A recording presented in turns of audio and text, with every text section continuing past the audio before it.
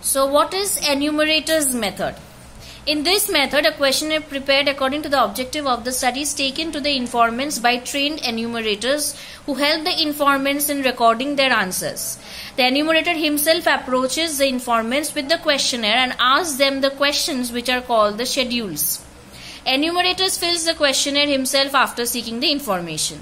Enumerators are the persons who help the investigators in collecting the data. They are trained to fill the schedules and put forward the questions intelligently to procure accurate data. If the purpose of investigation is to find out percentage, okay. Now, in the earlier thing, what did we see? That the questionnaire was mailed. Okay. Now, here, investigator hires enumerators, trained enumerators. Those who go to the area with the questionnaires, okay, and they very tactfully handle the respondents and extract the information from them and fill it in the questionnaire. Like if you go in the rural areas, no, you will see, if you take a questionnaire and go in the rural areas, you will see that many people are reluctant. They are not eager to answer your question. They will not look at you only. Even if you say that yes, we have come from such and such school, so we need some information, they will not look at you. There will be some people. So, but we cannot leave them because they are a member of that rural area. So, we have to extract information from them. So, will we leave them and come? We will not take their information. No. That is the work of the enumerator. That in various ways, through various ways, it will tactfully collect the information. The enumerator may say that okay, we will come later on. Now you do your work, we will come later on at your convenient time. Later on again, the enumerator will approach that person. Okay, so these are the ways through which they extract the information and then they fill up the questionnaire and submit it to the investigator. Okay, so they are the persons who help the investigators in collecting data. They are trained, okay, to fill the schedules and put forward the questions intelligently in collecting the data. Now, this method can be used when area is large. You can hire people to collect information. Study requires skilled people. Informants are not educated enough. That is why I gave you the example of a rural area. Personal contact is necessary. Okay, personal contact is necessary. Okay, to get reliable answers. Merits: wide coverage, accurate and reliable data, personal contact and complete information. So you are personally contacting the informants, you are getting the accurate data, you can cover a wide area when the people are illiterate, and complete information is got through the filled questionnaires. Demerits: it is costly because it involves huge cost of hiring the enumerators as well as it involves time.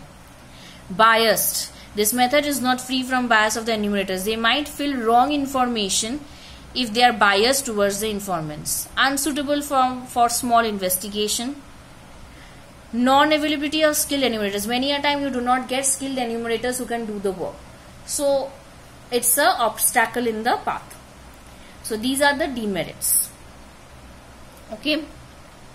Now, the next part is what? Yes, so many times we discussed on the questionnaire. So, what are the qualities of a good questionnaire?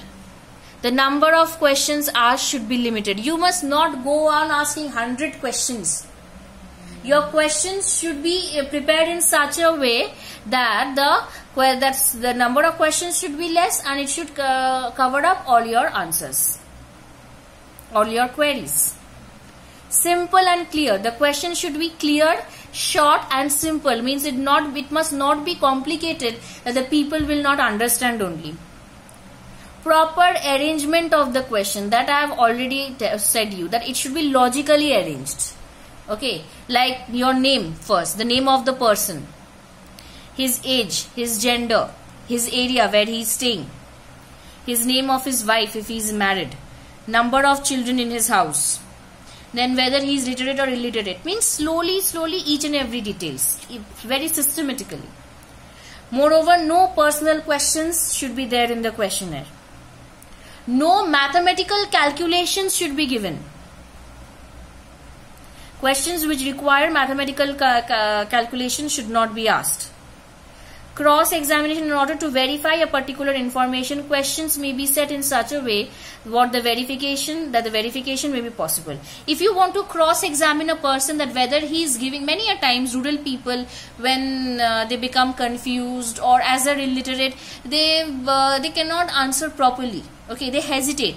You will see that they are giving a mixed answer. Okay, so to cross-examine to cross-examine that person. Okay, the questions may be set in such a way that the verification is possible. The questionnaire should carry proper instruction defining the way the answers to be given. Like, if he is married, then 1. If he is not married, then 0. So 1 signifies married, 0 signifies unmarried. So all these instructions, gender, if male, then 1. 2, if female. 0, transgender. So this is a way, these are the instructions which should be given in the questionnaire, defining the way the answers to be given. Because you cannot write elaborate answers in the questionnaire. It has to be given in just one number, or one variable. Okay. Pre-testing of the questionnaire. Means you should pre-test the questionnaire on some respondents while give an idea to the investigator about the effectiveness of the questionnaire. Before you go to the field for the survey, you should once pre-test the questionnaire on some respondents, which will give you the idea that if there is any wrong, or if it needs some modification or alteration. Because you will receive feedback from the pre-test, and thus you can modify or alter your questionnaire. Okay, so these are the qualities of a good questionnaire. Okay.